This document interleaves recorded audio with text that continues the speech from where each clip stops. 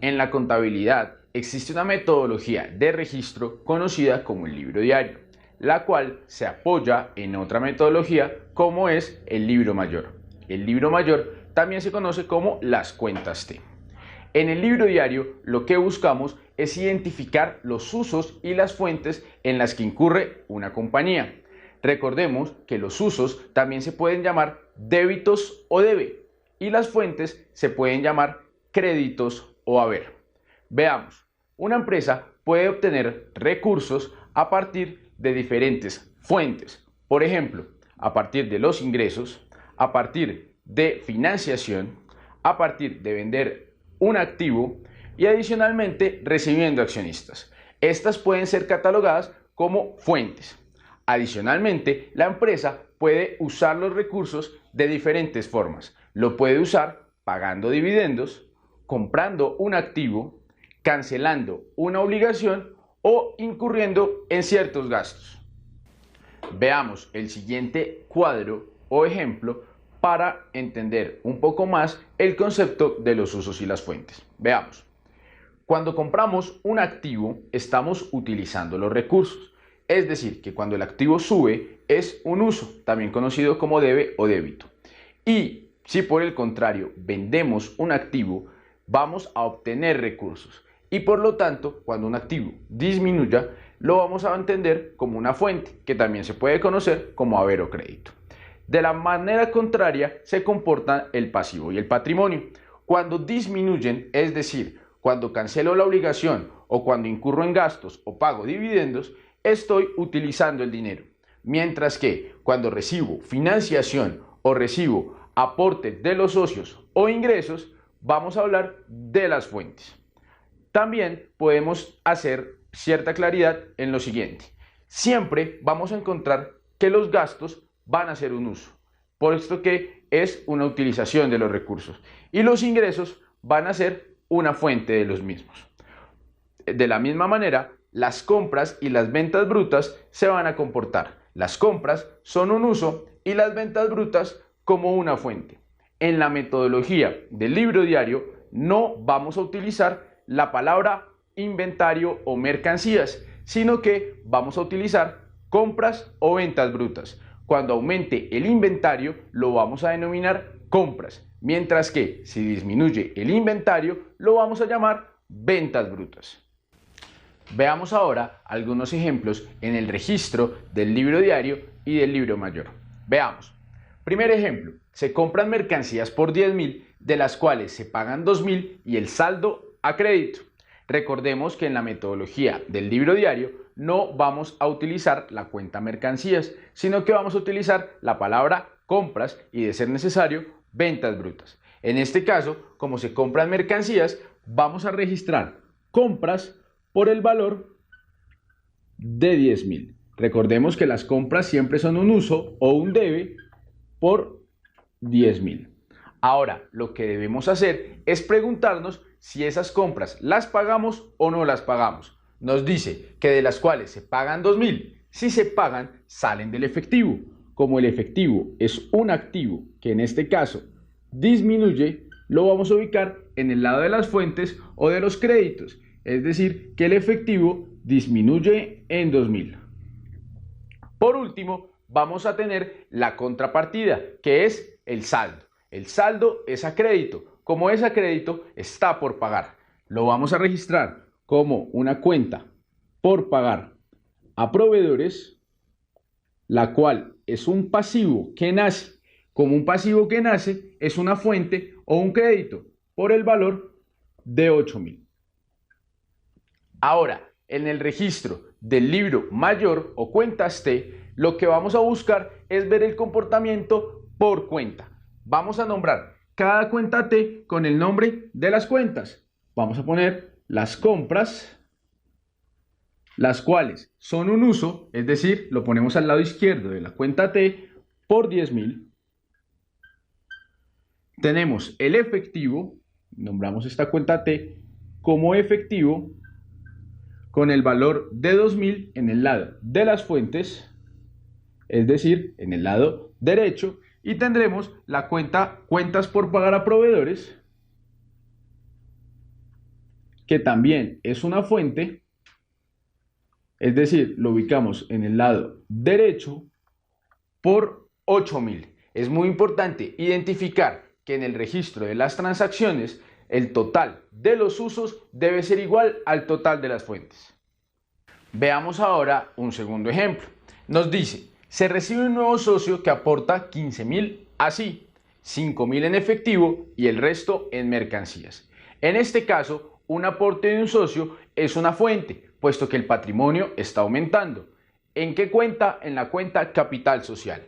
Vamos a registrar la cuenta capital social, la cual incrementa, es decir, lo voy a ubicar en el lado de las fuentes o créditos por 15.000.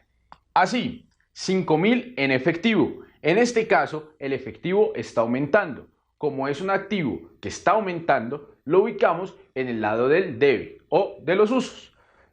Vamos a ubicar el efectivo por el valor de 5.000. Y el resto en mercancías. Recordemos que no podemos utilizar el concepto de mercancías o inventario en el libro diario y para ello vamos a utilizar compras o ventas. En este caso vamos a registrar compras. Las compras como un uso o debe por el valor del saldo que corresponde a 10.000. Como lo explicamos en el ejercicio anterior, la suma de los usos debe ser igual a la suma de las fuentes. En el registro del libro mayor vamos a nombrar las cuentas de efectivo, que ahora lo vamos a ubicar en el lado de los usos, es decir, el lado izquierdo, por 5.000. Las compras, que también son un uso, por 10.000. Y la cuenta capital social, que sería nuestra fuente, por el valor de 15.000. Veamos que en el registro del libro mayor, la suma de los lados izquierdos de todas las cuentas T debe ser igual a la suma de los lados derechos de las cuentas T, siguiendo con la lógica de que en cualquier transacción los usos deben ser iguales a las fuentes. Veamos un ejemplo adicional. En este caso tenemos: se invierte en un CDT 10.000 con intereses a razón del 2% mensual, pagadero mes anticipado. De esto han pasado 15 días. En este caso podemos registrar la transacción por partes. Veamos, se invierte en un CDT 10.000. Hasta este momento de la transacción podemos registrar que tenemos un CDT, el cual es un activo que nace por el valor de 10.000. Como invertimos, lo que tuvimos que haber dado fue efectivo, es decir, que tenemos otro activo que en este caso disminuye, el efectivo disminuye por 10.000 y lo ubicamos en el lado de los créditos o de la fuente, por 10.000. Ahora, vamos a registrar en la parte de los intereses. Recordemos que si invertimos plata en un CDT es para ganar los intereses. Nos dice que con intereses a razón del 2% mensual, pagaderos mes anticipados. Como sabemos, el saldo o el CDT es de 10.000. Vamos a sacar el 2% mensual y eso nos dará 200 el mes. Como nos dicen que nos pagan un mes por anticipado, vamos a recibir efectivo. En este caso, el efectivo ya no será una fuente sino un uso, puesto que estamos recibiendo efectivo por el valor de 200. La contrapartida de este efectivo que acabamos de recibir en el momento cero va a ser un pasivo, el cual lo vamos a denominar intereses recibidos por anticipado. Los recibimos por anticipado puesto que no se han causado y como es un pasivo que están haciendo, lo ubicamos en las fuentes por 200. Ahora, Desde ese momento han pasado 15 días. Esos 15 días que ya pasaron ya se causaron. Por lo tanto, ya son un ingreso.